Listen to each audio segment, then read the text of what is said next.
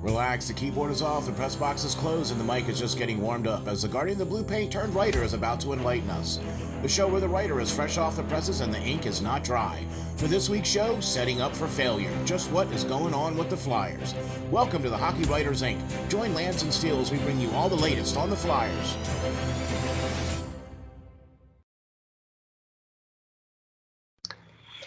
Hi guys, welcome back to another edition of the Hockey Writers Inc. As always, I'm your host, Lance Green.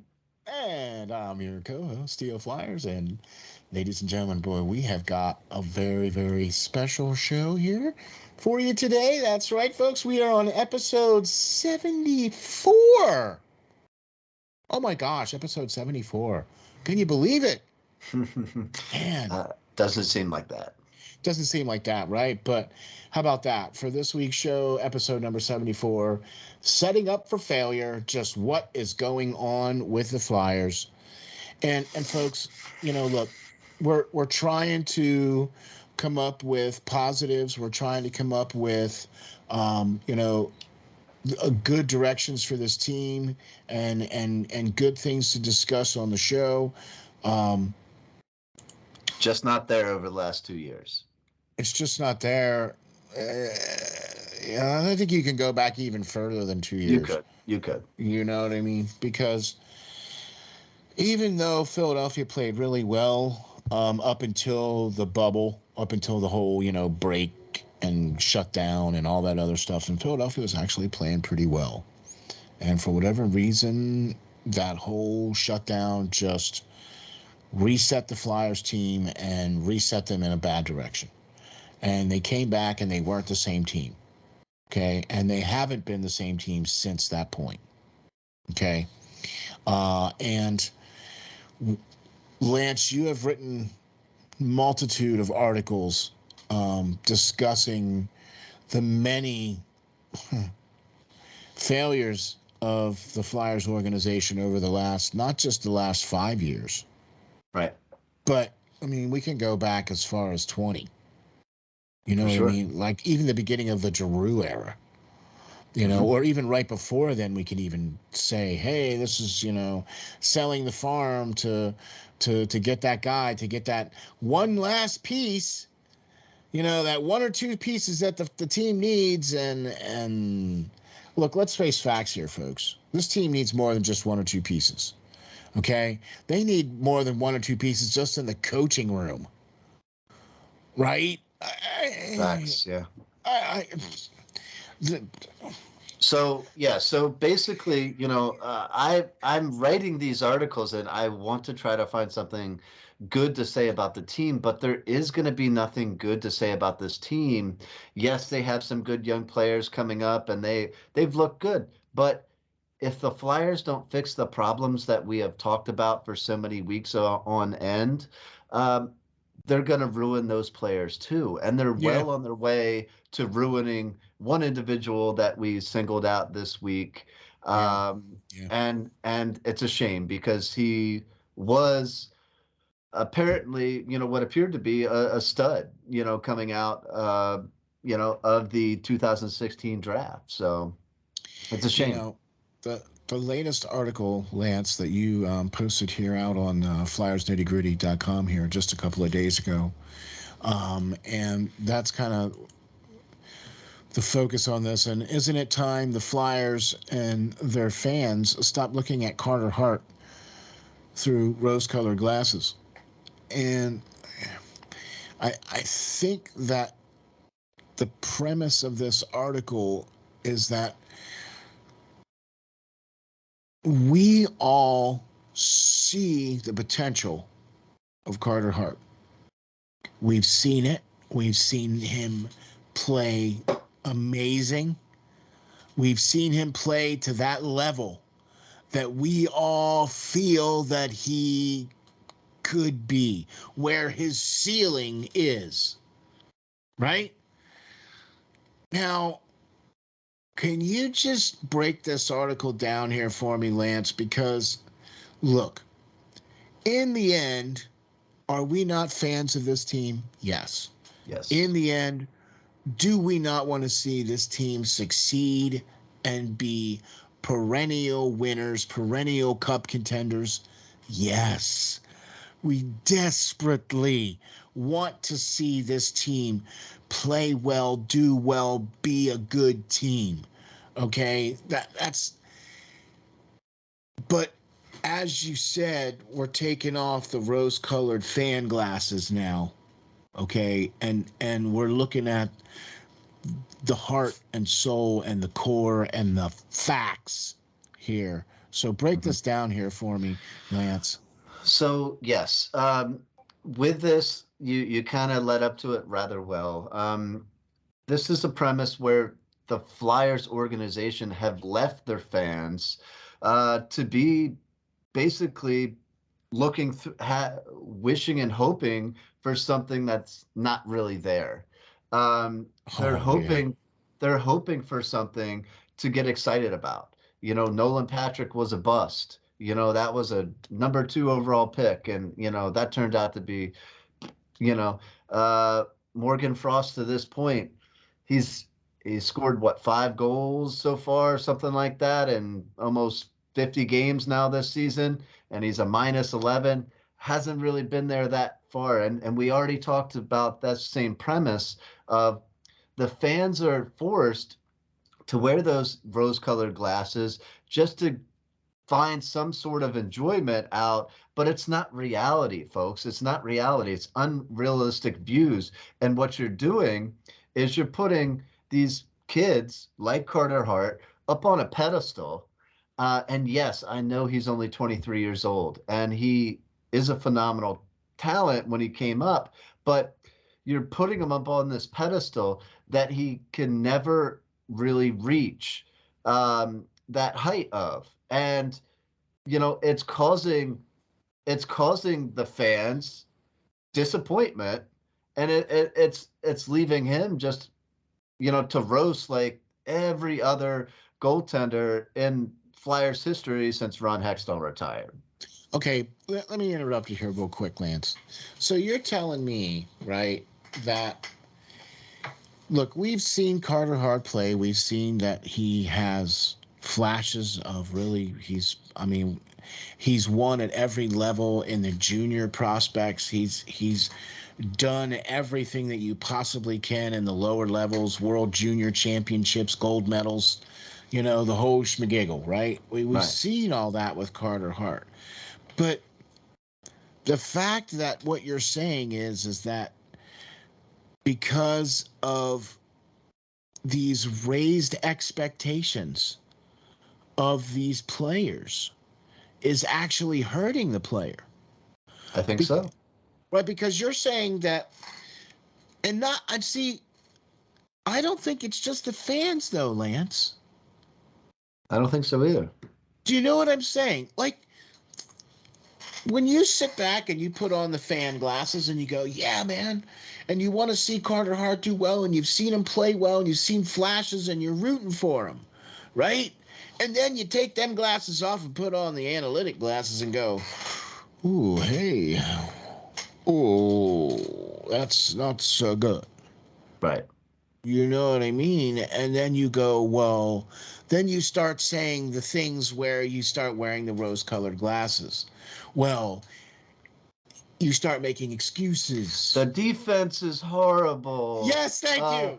Ownership's, it's corporate-run business. They don't want to. Yes, we've already talked about and addressed all those problems. Yes. This article does not negate anything of those previous points that I have written in detailed, multiple page, articles. Yes, I've laid out all that. I threw the organization above any other writer, I think, in this Philadelphia tri-state area, more so than I've thrown out there this team and their faults this year. But with that, without question, right? But with that, Carter Hart's not getting paid rookie entry-level deal anymore. All right? He's 23 years old. He's been in the league 4 years. He's getting paid almost $4 million a season now, okay? Yep. It's time for him. They're paying him to be the number 1 guy. It's time to start playing like one now. Okay. Yes. And I'm a goaltender. I will be the first one to realize when a defense is horrible. It breaks down and everything. But I don't think this defense, besides Yandel, obviously, is as bad as we want to believe they are. Because like Steele said, we're looking at now, when I mentioned this, and too many people wouldn't even take the time to really look at this article, look at the cold hard facts in Carter Hart's numbers and what he has done to this point, compared to, you know, other goaltenders for the Flyers and everything else. And really even take the time to read it and understand what my point really here is saying.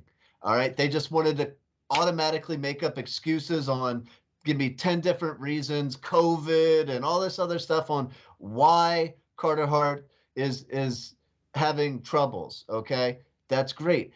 But he is a piece to this puzzle that's a problem. All right. Yes. Yes. He is a small piece to this puzzle that's a problem.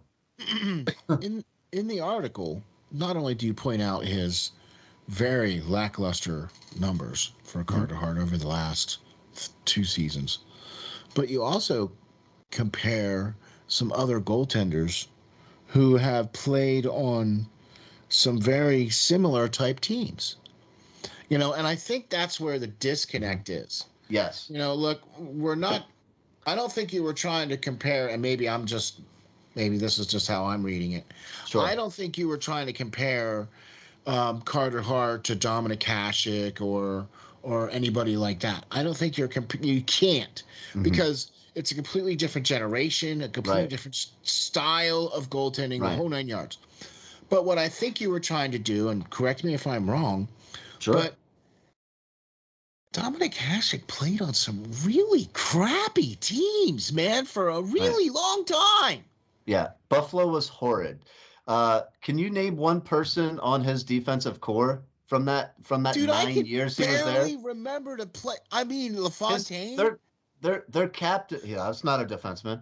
Right. But that's what I'm saying. His captain for most of those years was Michael Pekka. Okay, like come on, he had nothing. He had nothing. That's an offensive guy too. Yeah, anyway. Like, he had nothing. That was an offenseman that I named too. But so what I was trying to get at, like you said, that pedestal that I was talking about is where the Flyers have him, and Flyers fans and the organization too have him as being this elite goaltender in the NHL. That's where they think he is, way up here, right, with the elites of the league. All right. And what I was saying in that, if he was really the elite player that he was, even if he was playing on such a team as Hasek and Luongo did for so many years with a horrible Florida Panthers team and a horrible Vancouver teams that he was on, where you can't even name anybody that he had playing in front of him. And they were still able, they were elite, right? They were elite during their time at playing on horrible teams. And they were able to achieve Vezina trophies. They were able to achieve 400 or 500 wins. You know, they were able to achieve Stanley Cups later on in their career. I don't see Carter Hart being that type player. And let's just break it down, guys, because we'll start at the beginning. He was drafted in 2016 by Ron Hextall, right? The last Flyers goalie that really was anything, you know, in my mind. You know, Pelle Lindbergh was there, great. But everybody since Hextall to Carter Hart didn't really pan out, right? That's why we were so excited to see Carter Hart being taken as the first goaltender of the draft. The Flyers finally tried to solidify this problem, right? And why wouldn't we be excited about him, guys? The guy won, you know, 2 WHL Player of the Year awards, 3 Del Wilson trophies for being the WHL's top goaltender, 2 Canadian Hockey League, that's the entire juniors in Canada, Goaltender of the Year awards. He had a silver medal at the World Juniors. He had a gold medal at the World Juniors for Team Canada. So he came to this guy start. Right. He came to this team with with a amazing pedigree, okay? And that's why everybody was excited about this guy, and rightfully so. But since then, he's now 4 years in. He's 23 years old. And last year, he had a 3.67 goals against average. Okay. Oh, He had a 0.877 save percentage. That's under 900 save percentage. Okay. Both of those categories, Hart found himself outside of the top 50 goaltenders in the NHL for that season last year, right? That means what? 13 goaltenders roughly that were backups had better numbers than him. Well, I'm getting ahead of myself, but basically he was outside. He was outside. No, you're not. Right. So with that, he only won 9 games last season. All right. That doesn't scream franchise goaltender to me, even on a bad team. Okay. He was 45th in the league in wins with those 9 wins. That means 13 goaltenders, backup goaltenders, had more wins than him. All right. So really, you gotta stop making the excuses for him, because Keith Yandle wasn't on the team last year, guys. We had Phil Myers. No, but we had was. Well, we had Braun, but he still was better than Yandle and everything else this year before we traded him. Much, he was the only positive. He was the only plus defenseman on our team before he was traded. All right. As much as you and I don't really like him. All right. But let's fast forward to this year. Okay. Maybe he had one bad year. All right. This year wasn't much better, guys. He had a 3.16 GAA. That was outside the top 50. All right. And then he had over 900 save percentage this year. He had a .905 save percentage, which ranked him 42nd in the league this year before he got injured. All right. Wow, there's 32 starting goaltenders. Right. That's 10 backup goaltenders that had a better save percentage than him. All right. His record was 13 wins, 24 losses, and 7 overtime, points. So that means Carter was only able to win roughly about 28% of his games in which he played in this season, for a total of 13 wins. 28% of his starts. That's not good, guys. I don't care how bad this team is.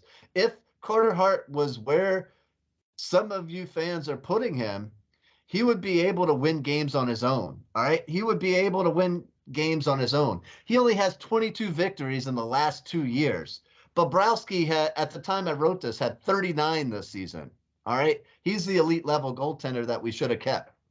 One of them, right? Yeah. One of. So then we come back into this. Okay. The Flyers did what after such a horrid season last year of the almost 4 goals a game and the under 900 save percentage. The Flyers gave him a new contract, a $12 million contract, right, for 3 years that pays him just shy of $4 million a season.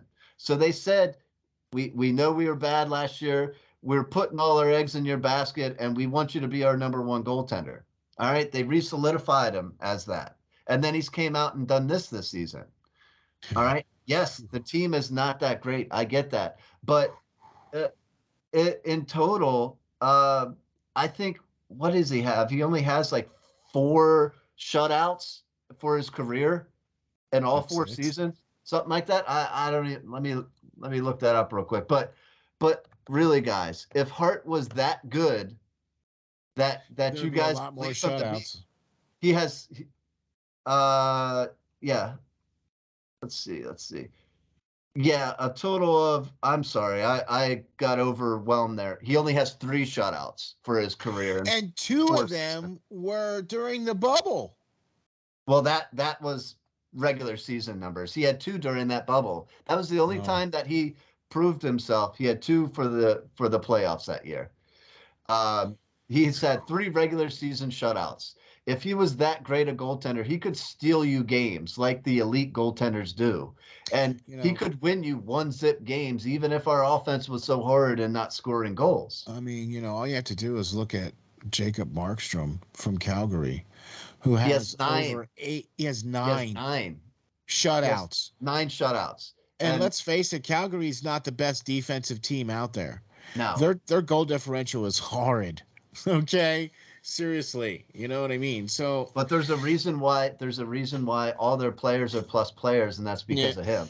Yeah. They don't have a defense. They just try to put more goals in than the other team. You know, Lance, we don't even have to look at Dominik Hasek or any of those other guys. All you have to do is look at like a guy like Bobrovsky or Steve Mason, right? Okay, both of those two guys came into Philadelphia with the same type of pedigree, right? The same type of winning, the same type of, accolades and resume, right? And Bob leaves the Flyers and wins 2 Vezinas. Right. And with Steve, Columbus of all teams.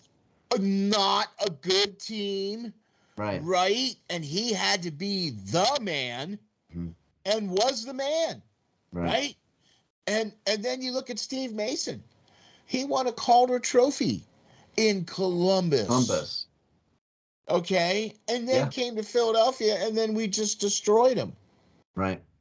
He was good for his first 2 years, and then that was it. We're not debating that the Flyers have given Carter Hart anything to really succeed, but neither have they have given anybody previous, as Steel is saying, that has come in those efforts either. All right, so we'll take a look at it since you're talking, regular the other Flyers goaltenders here. Hart's been through 146 games thus far. His record is 62, 61, and 16. That means he's 1 game over 500, guys. That's not great. He has a career win percentage of 0.42. His career goals against average is 2.97, even with his better years of 2019 and all that. And he has a career save percentage just over 900 at that 0.905 mark. All right. He has 3 shutouts for 4 seasons. That's not that great. But let's compare him to other Flyers goaltenders here that we all booed out of Philadelphia because we thought they were horrid, right? Mm-hmm. Steve Mason, 231 games played for the Flyers. He had a 2.47 GAA with a 918 save percentage during his time here. Brian Boucher, 174 games. He had a 2.50 GAA with a 904 save percentage. All right. Chuck Manick. All right. The cranium carom. Right. 163 games for the Flyers. Right. He had a 1.96 GAA with a 0.923 save percentage. He was technically one of the Flyers' best goaltenders since Hextall left. All right. And he only played a couple games. He only played a couple seasons here. Okay. He has almost the same number of games. You're absolutely right. And then Niittymaki, interesting fact here. He played 161 games here. He played in parts of, a lot of games. He was in relief. He had a GAA of 3.01, and he had a save percentage of 901. But fun fact is, he had the same exact record as Carter Hart does right now. He has 62 wins and 61 losses as a Flyer. All right. So when you're comparing apples to apples, none of those guys had an amazing defense in front of them. Carter Hart has Provorov. Those guys, some of them had Timonen. Like some of them had Desjardins. Some of them, but only one guy, right? Only one guy as a standout in my mind. There's no solid 1 through 6 core of defensemen that any of these guys have played through. All right. Biron, 133 games, 2.71 GAA with a 915 save percentage. Michael Nuroff, everybody disliked this guy, right? Always hurt.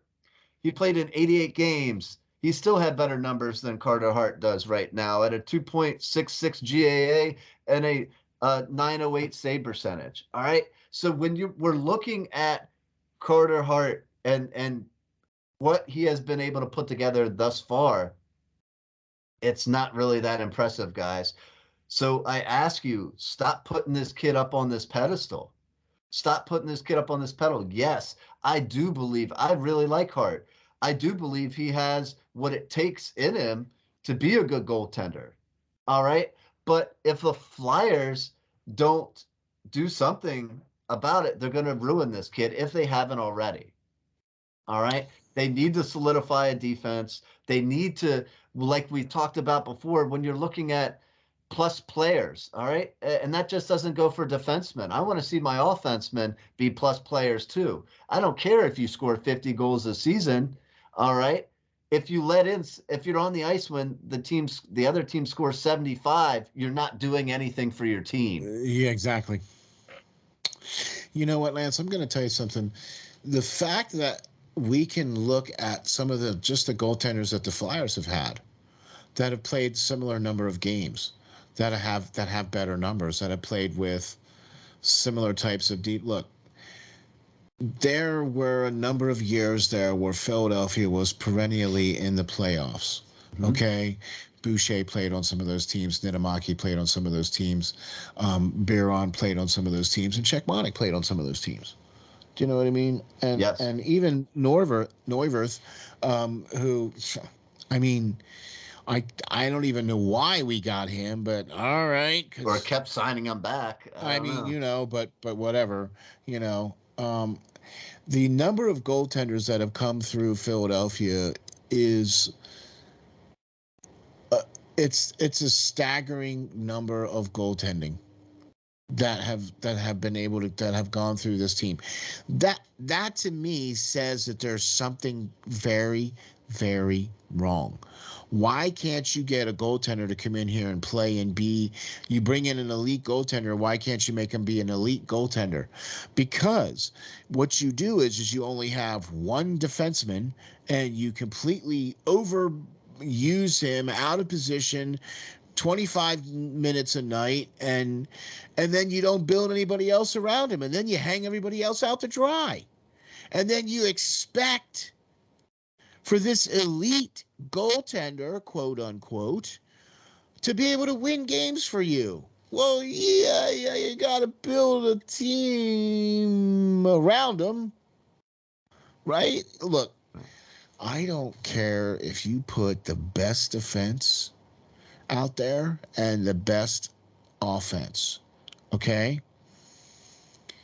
I'll give you a perfect example of what I'm talking about here, okay?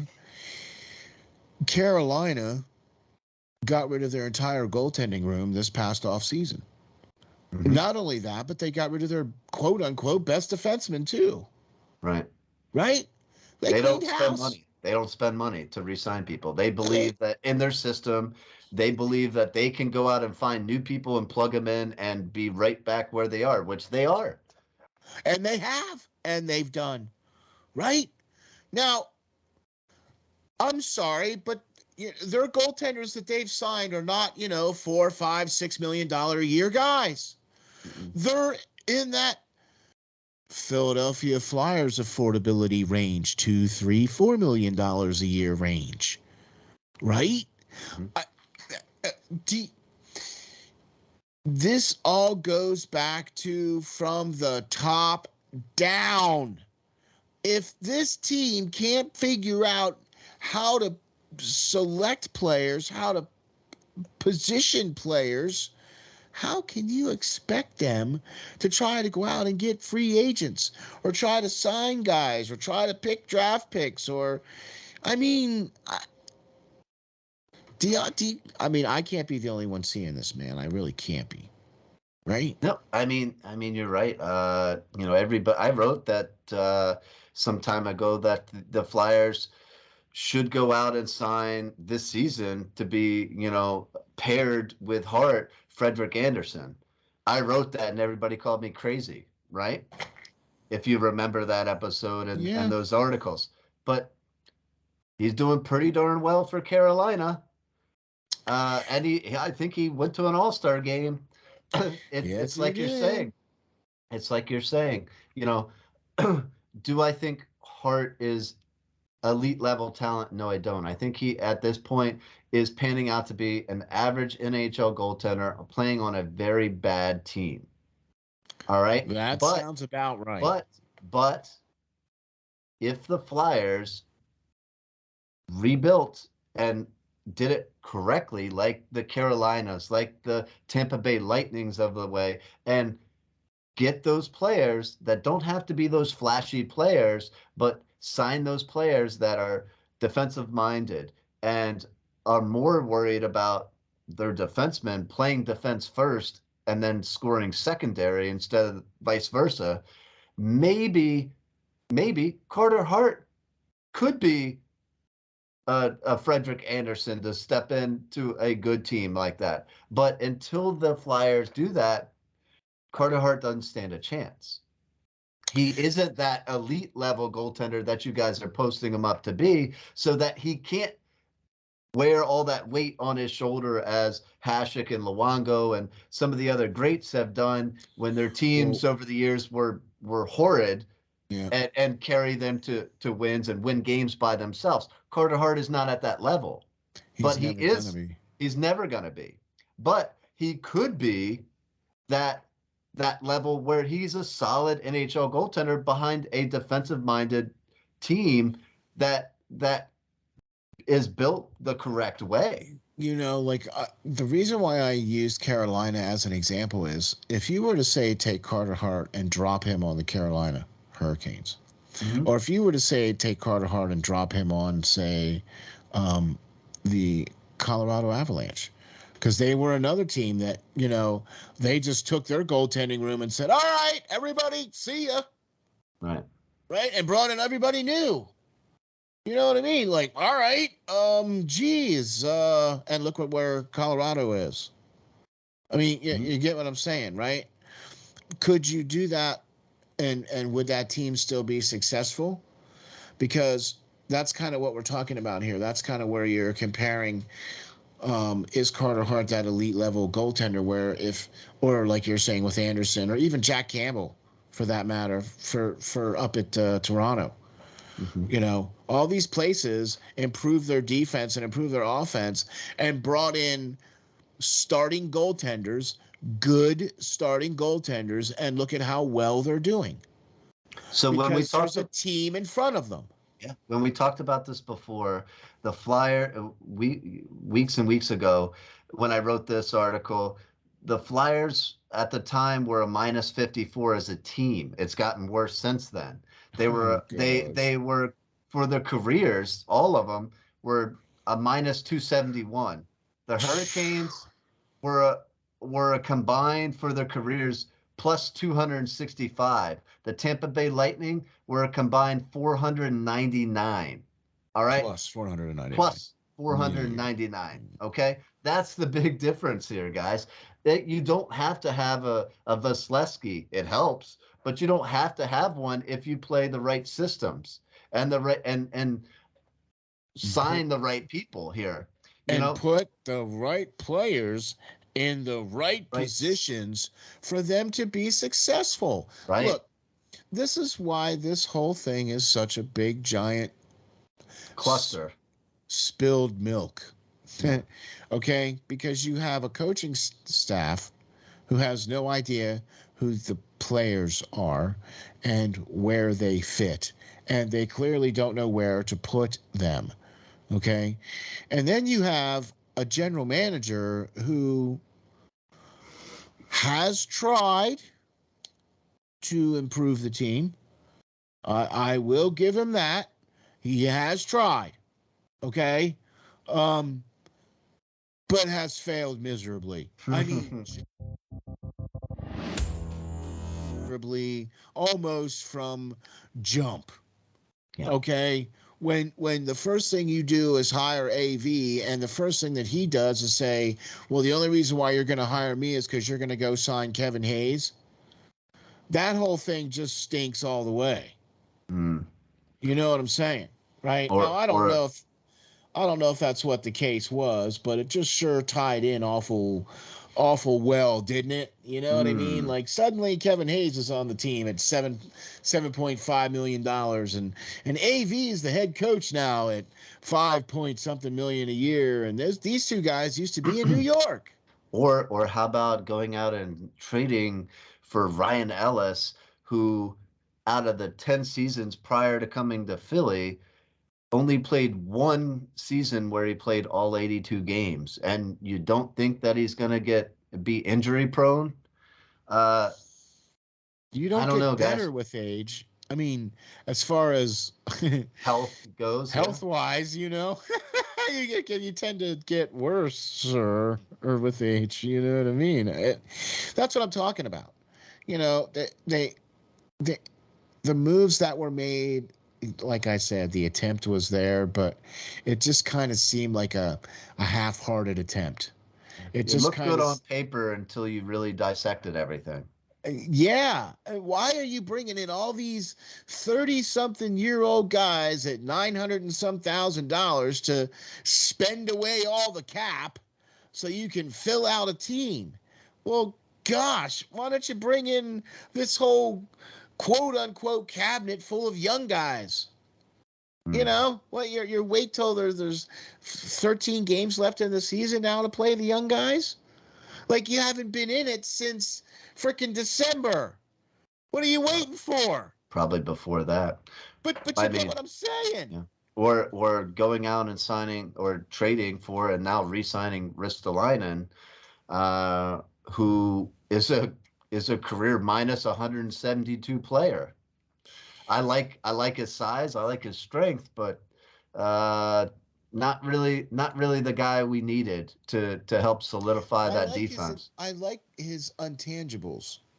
I like Sure. the snarl and when you go and watch warm-ups, the other team doesn't skate across the blue line anymore because Risto is standing there, Right. right? You don't see that anymore now. You don't see that kind of garbage happening on Philadelphia. So you need that kind of player. I Right. like that player on the team, not for that kind of money. No, but here's the difference. A good team like Carolina loses a piece on the second or third D pairing, and they go out and get an established veteran in Ian Cole, who's won 2 Stanley Cups and is a career plus 131. You see the difference there? Like that's a big difference. And he's not signing for $9 million a year, right? No, He's making pretty much what, like two. 1.2, Yeah, like no, closer to two something. 2 Yeah, million a year. So yeah. what? That's But he's got two Philadelphia Stanley money. Cups. He's got 2 Stanley Cups to solidify him. But that's Philadelphia money, Yeah. right? Because Philadelphia can't spend $9 million a year for a guy. They just can't. They don't No. have the money to do that, and they don't have a ways and means to move anybody to get that kind of money anyhow. And you You know wouldn't what have I had to mean? give away a first round pick, what was 13th, 14th overall. We could have got Sebastian Kosa, I an mean, actual goaltender prospect there. I that's why I'm look, folks, I have been a fan of this team since 1993, and I have been an analyst of this team since 2019. Okay. As a fan, I am utterly heartbroken. I am acrimonious at ownership, at management for putting such a wretched product out on the ice. I think you're not alone there. I think, I've been a fan for 36 years now. I've yet to see a Stanley Cup in my time. All right. We came Exactly. close a couple times, A but couple that's it. times. All Okay. right. I want to see a banner. I think we're not the only ones here. I think the Flyers fans are showing it by their numbers in the stands. Yes, you had the mask Lack thereof, mandate and all that other stuff or going on lack this thereof. season or Uh-huh. lack thereof, but that's what I'm saying. Their numbers are that of, barely above Arizona Yeah. Coyotes numbers right now. Yeah. All right. We're I'm fed with you, up with man. this team. We're fed up with this team, but the only difference is Arizona knows how to get rid of people and try to start new. I mean, how many first round picks and second round picks do they? They have 3 first round picks this year and one, two, three, 3 or 4 second round picks this year. And all I have to do is look at Seattle and see what they have for next year and the following year, as far as Right. first and second round picks for what Seattle did. Okay, I've said my fan piece. Now you take off the fan glasses and you put on the analyst glasses, and you start looking at the numbers, and you start looking at the analytics, and you start looking at the truth and the facts. And the facts is that this team has been mediocre at best for the last 5 years. They've made the playoffs twice since then. Okay, right? They barely made it out of the first round. Okay, and then got trounced by the Islanders in the second round. Like, that wasn't even a series. It wasn't even a series. Okay, and then all management has done is perpetuated the nepotism, perpetuated the problems, the the the injuries continually pile up for the Flyers and continually are the same types of injuries across the board for all the players. Do you know what I mean? And it's like, why are these same things the same reasons every year? You go to you talk to the Flyers and you're like, okay, so what's up with the team this year? Well, the team needs goaltending and the team needs this and the team needs that. Well, y'all been saying that now for the last how many years now, right? So how soon are we going to get out of that mode of this is what the team needs? And you keep saying this is what the team needs, except you're not drafting those types of guys, or You're not developing them. you're not developing those kinds of guys, or you're not picking those guys up as free agents, or you're not trading for those kinds of guys. You're telling the fans one thing and then you're completely doing something else as an organization.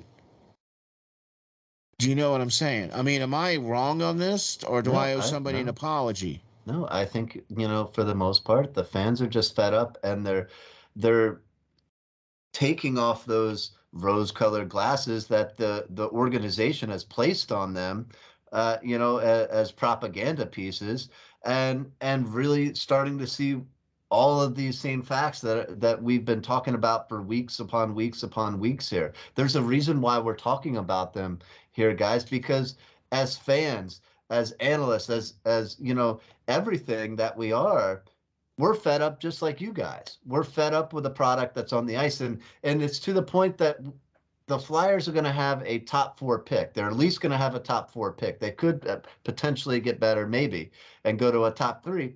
But I'm not even excited for that person to come in, because they're just going to ruin them. And because there they don't really have is only they don't have the right stuff in place to really Right. help them build upon themselves, even with all the talent that those top 5 picks have. They don't have it. They don't have the development coaches. They don't have the help for these young players to come in and succeed.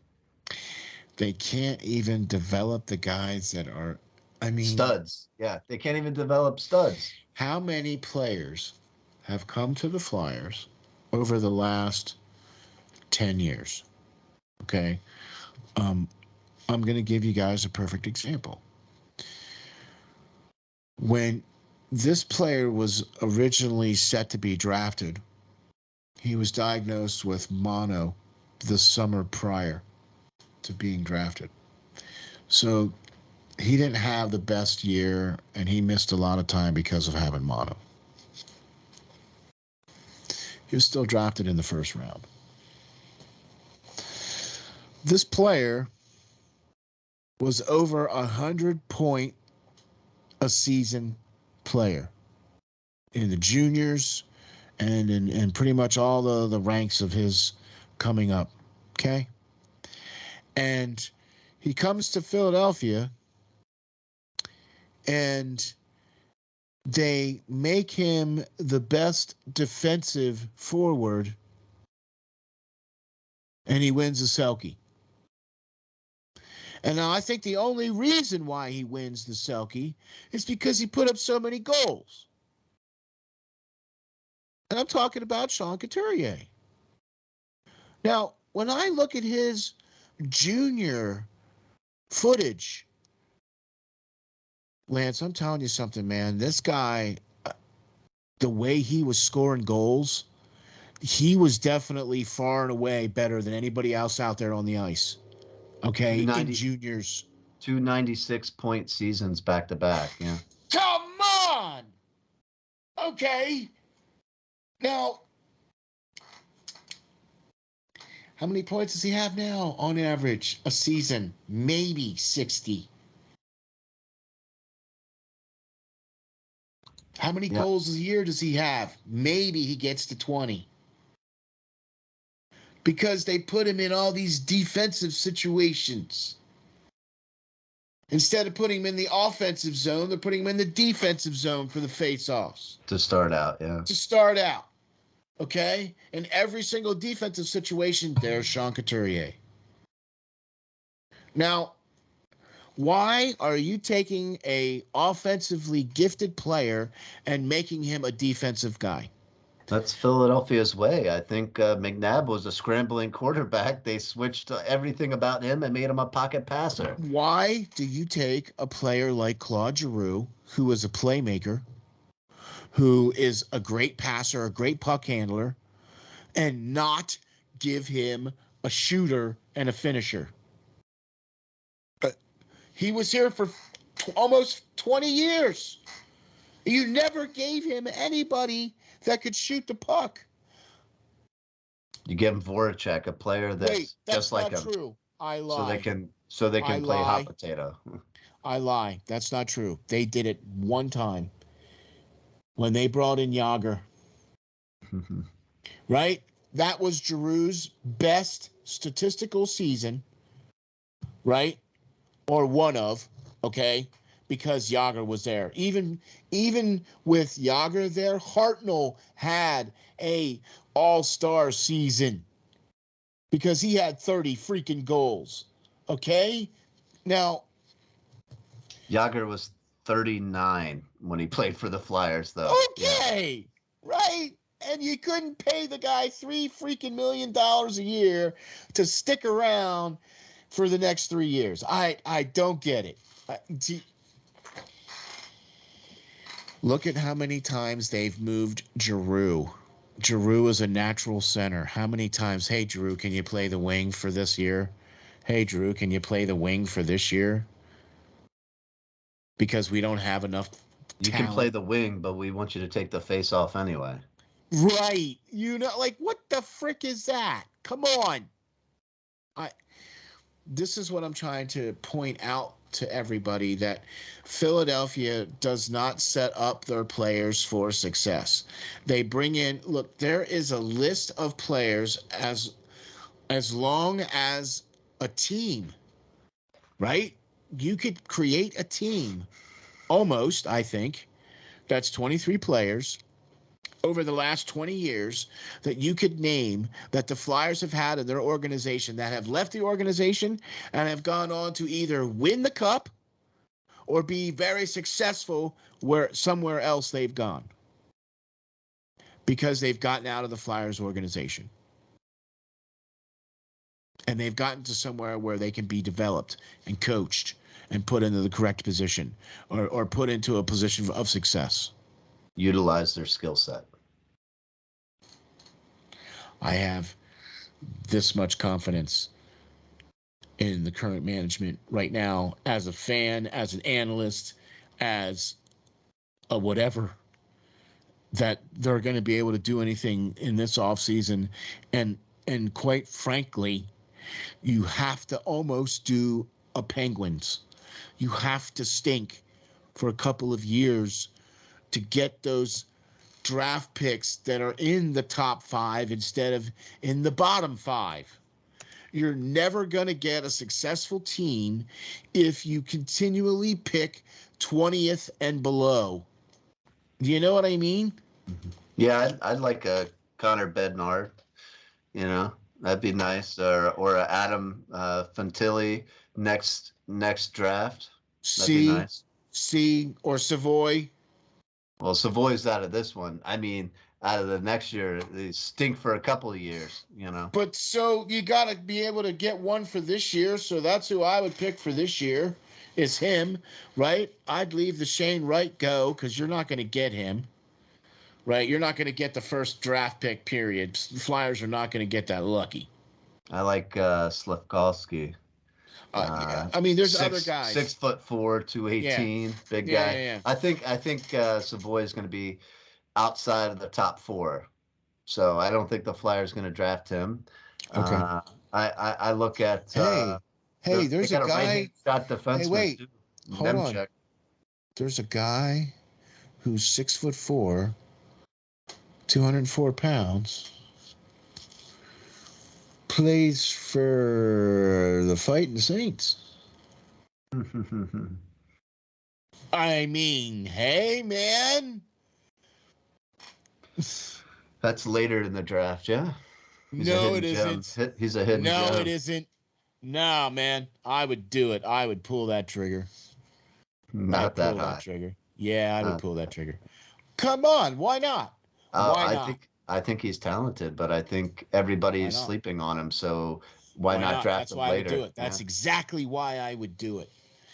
Because there's all these quote unquote experts who say this player's going to be this and this player's going to be this. And guess what? 68% of the time, they're wrong. That's not a very good record as far as I'm concerned. You know what I'm saying? That's a 70% if you do, logic math. You know what I mean? So either way you slice it, look, we want to see this team be successful. And Lance, you continually write articles to try to point out not just the faults, but the facts. Mm-hmm. Okay? It's a combined effort here. It's a whole team. So, and everybody has to contribute. It's a whole body, right? So Carter Hart is the backstop. He's the guy that stops the puck. Well, if you ain't stopping the puck, then time for you to get replaced. I mean, just calling it like I see it. You know what I mean? I don't know what else to say here, Lance. I can't. There's nothing else that we can.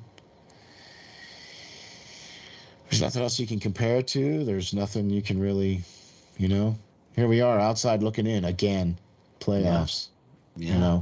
Rooting for other teams again. That stinks, man. That really does. Stinks. I'm tired of it. Do you know how? Look, when you make the playoffs, do you have any idea what kind of revenue that generates for the local area, for the team, for the gate, for the people that work the stadiums, get to work those extra couple of games and get to make that extra bit of money? Do you know what I mean? Because it's continually having games being played in the playoffs. Playoffs make hockey teams money, and clearly this current crop of hockey team for Philadelphia doesn't want to be in the playoffs.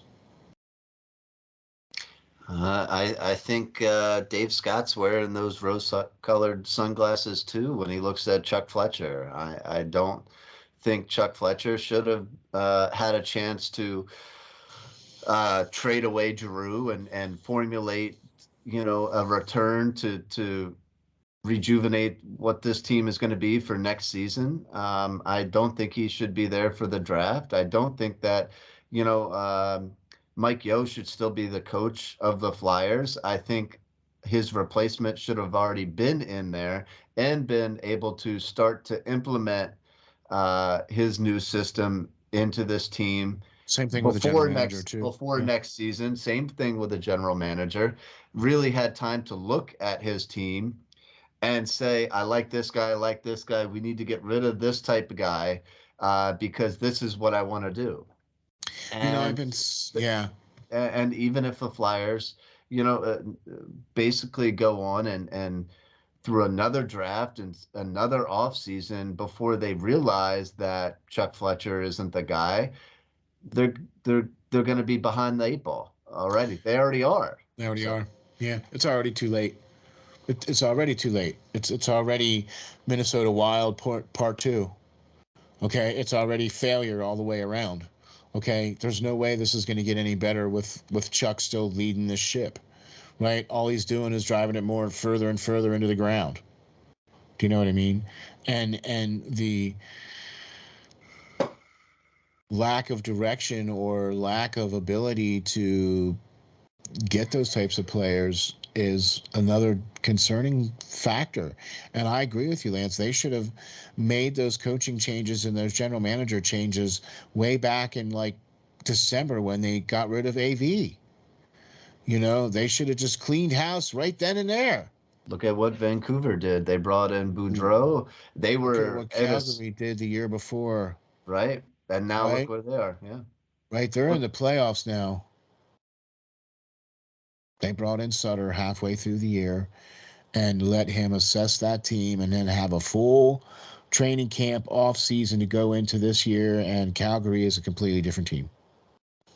And they didn't really lose players. They got rid of a couple guys, but they didn't really clean house in players.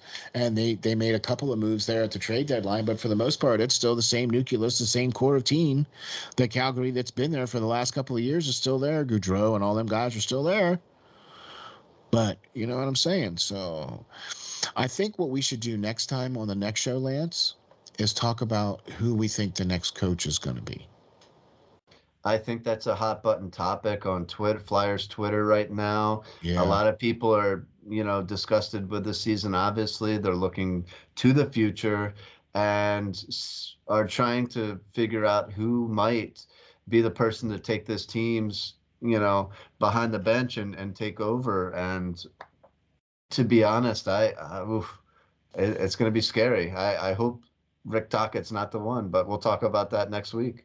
Yeah, I think we should do that next week is just have that, just straight out do that. Just have the end of the season and have the who we think this next coach is going to be. Like we have a short list of folks that we think should be the coach of the team that ain't even close to the list that people else got out there. Not even freaking close. Because I'm here to tell you, you're not going to get a guy like a Tortorella guy to come in here to coach this kind of team because this team is not a successful team. It's not going to be a winning team. Okay. And you're going to need a guy that's going to come out there and have to come up with excuses night in and night out about why they're losing. That's not a Tortorella type of team. Well, let's talk about it next week then. Yeah. So there's a lot to be had there, right, in that discussion. So for sure. But I want to do that for next week, though. Sure. All right. Cool.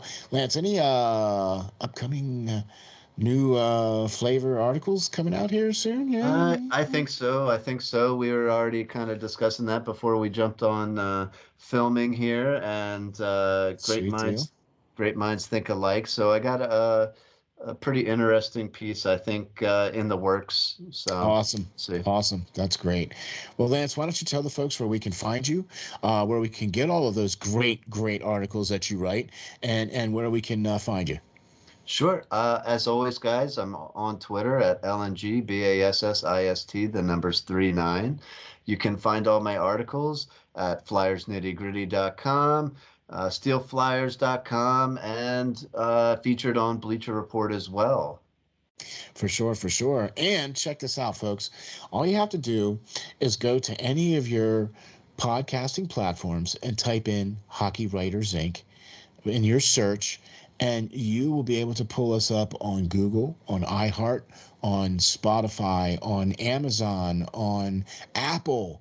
You name it, we are out there. Thank you to Spreaker for being able to be the platform that allows us to be out there on all of those podcasting platforms so that you guys out there, the fans and all you listeners out there, thank you very much for your support.